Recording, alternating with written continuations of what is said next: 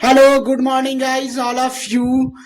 आज हम आपके सामने लेक्चर नंबर 2 लेकर प्रस्तुत हुआ हूं। लेक्चर नंबर 1 में मैं आपको जो है प्राकृत संख्या और पूर्ण संख्या के बारे में समझा चुका हूं और मैं आपको जो है केसी सिन्हा क्लास 8 का जो है मैथमेटिक्स का फर्स्ट चैप्टर जो है परिमेय संख्या रेशनल नंबर लेकर आज प्रस्तुत हुआ हूं। इसका थ्योरी का जो है तीसरा पॉइंट है पूर्णांक संख्याएं, इंग्लिश में इसको बोलते हैं इंटीजर्स नंबर्स। अब हम आपको बताएंगे कि पूर्णांक संख्या क्या होता है। पूर्ण संख्या के परिवार में ऋणात्मक मान को मिलाने पर जो समुच्चय या समूह बनता है उसे पूर्णांक संख्याएं कहते हैं। जैसे 0 की दाएं ओर धनात्मक वैल्यू और 0 के बायां ओर ऋणात्मक वैल्यू जाएगा। जैसे 0 1 2 3 4 इन्फिनिटिव तक, -1 -2 -3 -4 इन्फिनिटिव तक, क्योंकि पूर्णांक संख्याएं जो है वो अनंत तक होती है। इसे कैपिटल Z द्वारा सूचित किया जाता है। पूर्णांक संख्याएं दो प्रकार की होती हैं। जी हाँ, पूर्णांक संख्या को जो है दो भागों में बांट दिया है। पहला होता है धनात्मक पूर्णांक पॉजिटिव इंटीजर्स, जैसे plus value -1 +2 +3 +4 +5 +6 +7 dot dot infinitive तक। दूसरा पॉइंट है इसका ऋणात्मक पूर्णांक नेगेटिव इंटीजर्स। नेगेटिव इंटीजर में आता है माइनस के साथ वैल्यू आएगा, जैसे -1 -2 -3 -4 -5 -6 डॉट डॉट इन्फिनिटिव तक। इसका नोट पॉइंट है पहला, शून्य न तो धनात्मक और न ही ऋणात्मक होता है। जी हाँ, न तो हम शून्य को जो है धनात्मक बोल सकते हैं और न ही ऋणात्मक।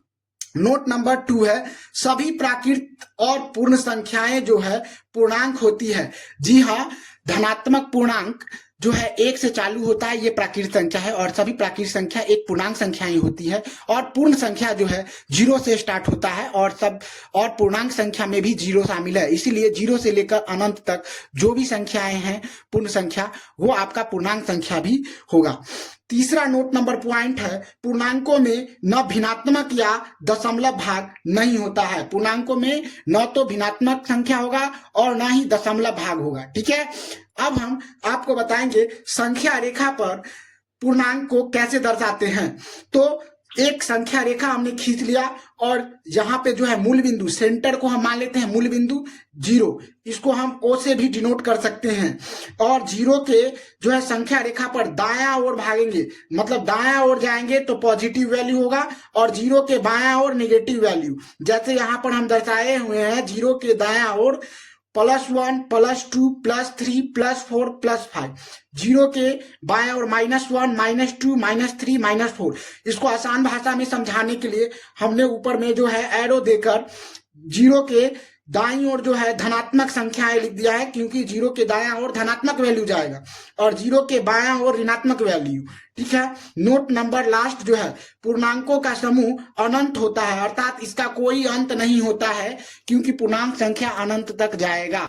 यदि यह वीडियो आपको अच्छा लगा होगा तो लाइक, कमेंट और सब्सक्राइब जरूर कर दीजिएगा। थैंक यू, धन्यवाद दोस्तों।